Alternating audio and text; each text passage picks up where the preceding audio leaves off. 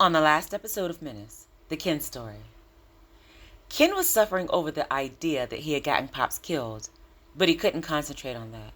He had to get the kids from Rob. But once he got there, he paid Rob and realized that he hadn't been holding them in some alternate location at all. The kids had been in Rob's basement the entire time. Once the kids were outside, Ken wanted to verify that the situation between he and Rob was over. But Rob had other ideas. He actually wanted to go into business with Ken. Infuriated, Ken threatened Rob. That didn't go over well. Long story short, Ken ended up killing Rob. And afterwards, he got a surprise. Pops had indeed been shot by the police, but he was alive. And while that was good news, Ken was stuck having to have a conversation with Ma. He confessed everything. And in return, Ma confessed that Rob had gotten her hooked on crack when Ken was a teen. In the end, they both felt that killing Rob was the best thing that Ken could have ever done. And now, the final episode of the Ken story. Chapter 28, Cycles, narrated by Shandora Warren. Preface. Trauma brought us into a life that we cycled through together, but ultimately, it also tore us apart. I visited Pops while he was awaiting trial. He pretty much said the same thing that Ma said, only he wished I had given him a heads up. Otherwise, he understood why I felt like I had to do it. At the end of the day, it's hard to say what you'll do when your back is up against the wall. Pops said he was proud that I had done what I needed to do. And it turned out that there was a little more to the story. Pops had cancer. He knew he had cancer for a while, but he didn't want to go through a bunch of treatments. As a result, he had no idea how long he had to live. So as far as Pops saw it, he was on borrowed time anyway. I promise I'll take every single bit of this to my grave, said Pops. You just make sure it's worth it. Pops went to court a few months later. I don't even know why, because we all knew that he wasn't ever going to be free on this side of life again. For all intents and purposes, he had gone into a bank and killed a security guard that hadn't even drawn a weapon. He stole over $150,000 in a Jaguar. When he was caught, he brandished a weapon, fought law enforcement, and refused to tell them where the cash was. Let's face it, Virginia was going to oil him up, and we all knew it. I guess the court trial was a mere formality. None of it was a real surprise to me. Witness after witness paraded onto the stand. They were patrons of the bank that day. I watched them recount the experience of watching Pops kill someone in front of their eyes. One lady called him a thug. Another said, "He's an animal, and I hope he never gets out of his cage again." It unnerved me to my core. They were talking about me. But because of the promises that Pops made, he took it. He took it with his head held high, too. One thing that did surprise me was the fact that Shelonda testified. For some reason, I wasn't expecting that. She walked up to the stand, and my heart felt like it was going to beat out of my chest. What if she cracked? What if she couldn't stand up to it all, and she broke down and told what really happened? What was going to happen to the kids if she told the truth and I ended up going down for it? All I could do was hold my breath and wait for what she had to say. It turned out that Shelonda had quite a story to tell, too. I knew about Antonio, of course. I'd heard that story years earlier. But I wasn't prepared for how that and everything else would come into play. According to what Shelonda said on the stand, she had failed to press the panic button for one reason that day. She was in complete and utter shock. This is what Shelonda had to say. That experience forced me to reconnect with some past traumas that I'd obviously not healed from. When I was younger, a boyfriend of mine was murdered in front of me. He was shot in the head by an ex-girlfriend who committed suicide in front of me as well. I married a few years later, only to lose my husband to a drug overdose. I was unfortunate to have been the one to find him. I never sought counseling or went to therapy. I just kept going. But when I saw Philip get killed that day, everything came back, and I just shut down. I did what I was told out of complete terror. My mind wasn't functioning on a full level. That's why it took me a few hours to remember that I had a GPS tracking device in my car. Unfortunately, that allowed the robber to get further away. But like I said, I wasn't thinking clearly. That was Shelonda's story. And even though she told it effortlessly and convincingly, I knew that much of it was a lie. Shelonda didn't do what she was told out of complete terror. As I said before, I had seen fear in Shelonda so many times. She wasn't scared. Maybe she was worried that day. Maybe she was thinking about what she should do, but she wasn't scared. Shelonda gave me that money because she wanted me to get away with it. She gave me her keys for the same reason.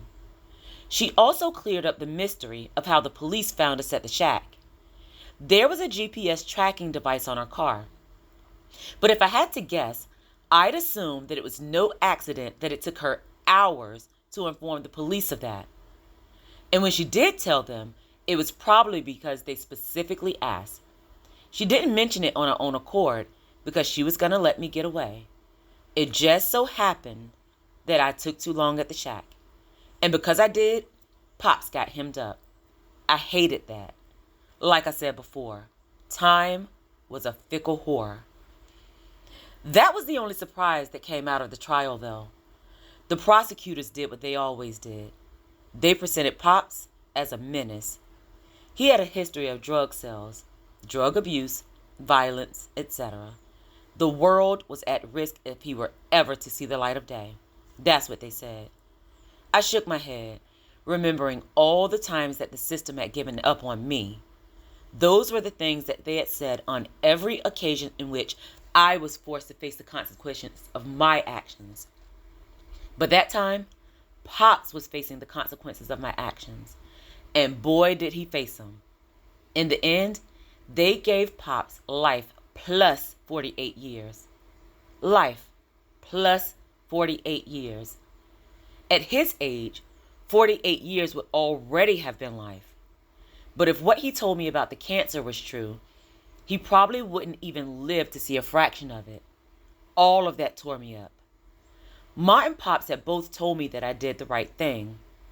But at the end of the day, I had been to prison. Pops was going to be sick in there. I know for a fact that the Department of Corrections doesn't care that you're sick. Sometimes you don't make it to the nurse because somebody doesn't feel like delivering your request. And Pops was going to go through that. He was going to be sick in there instead of at home because of me. It was all real heavy. I walked out of that courtroom feeling like the weight of the world was on my shoulders. I hugged Ma and told her that I was going home. It was around 1:30 in the afternoon. All I wanted to do was go home and wait for the kids to get off the bus. My kids. The kids that I had gotten custody of when Mia just failed to show back up. I left the courthouse and walked across the street to the parking lot. I heard someone calling my name. Ken. Ken, wait. She shuffled towards me, waving her arms, making sure to get my attention. It was her. It was Shelonda. All of those years later, and she was still beautiful. That dark brown skin, those high cheekbones, those full lips, and those beautiful white teeth. We stood face to face for the first time in years. Well, other than when I was robbing her bank.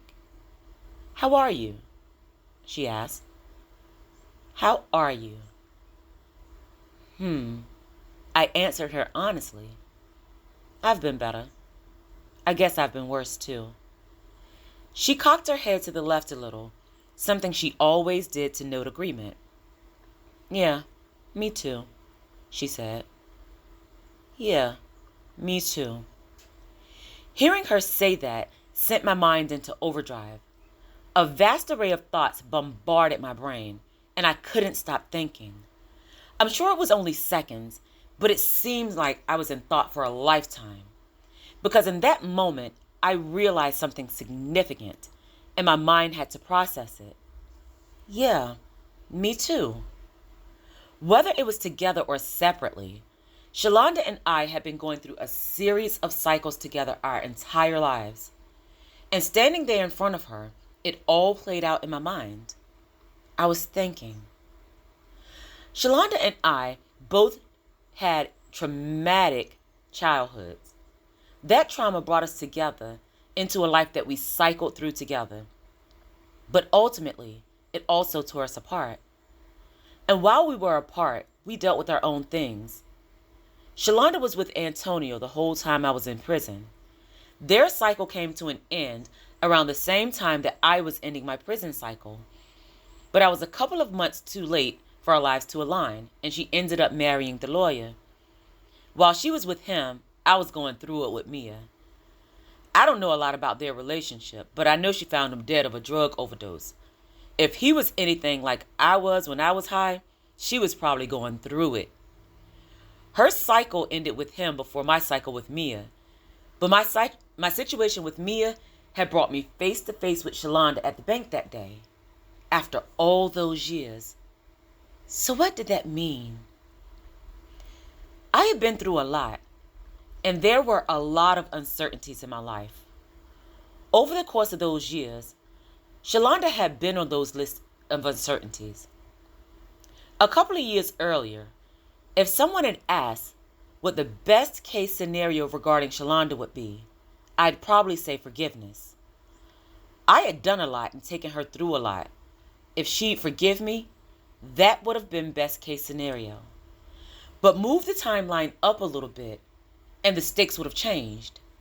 Best case scenario would have been her not pushing the panic button at the bank that day.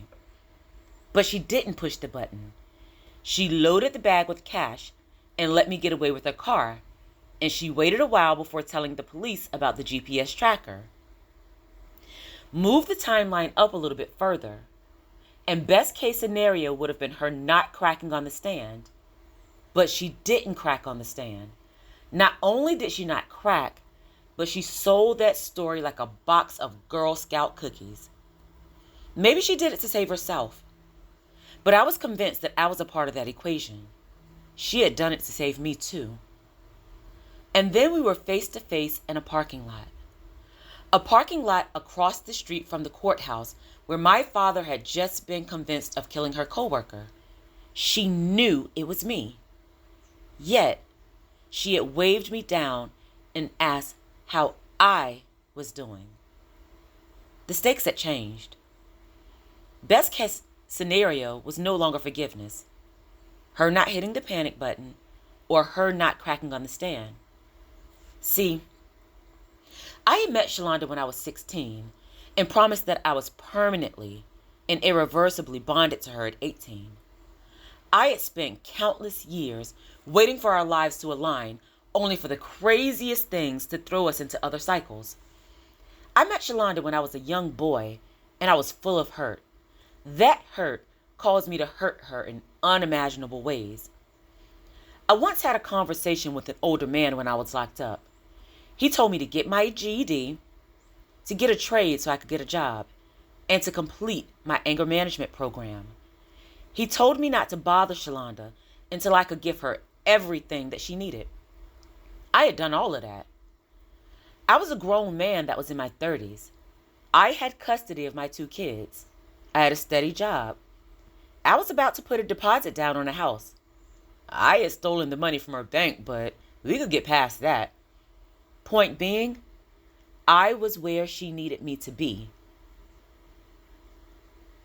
But most importantly, I still loved her. I was no longer going to wait for anything to align. Everything was already aligned, and Ken was about to show up. So I did what I always did. I threw it out there, and I didn't give her a chance to say no. I didn't provide another option. I looked Shelonda dead in the eyes and said, "You know, I realize that we've never actually been on a real date. Let's go to lunch." She looked at me in that shy but sweet way that she always did. "Okay," she said. She smiled, and I smiled.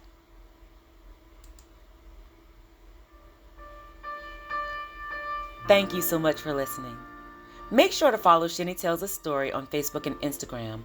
I'd love to hear from you. If you'd like to purchase books by Shandora Warren, they're all available on Amazon in ebook, paperback, and some in hardback formats.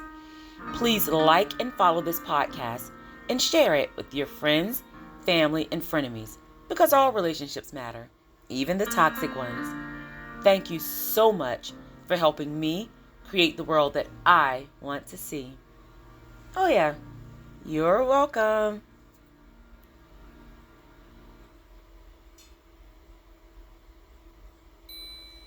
Shine, little girl.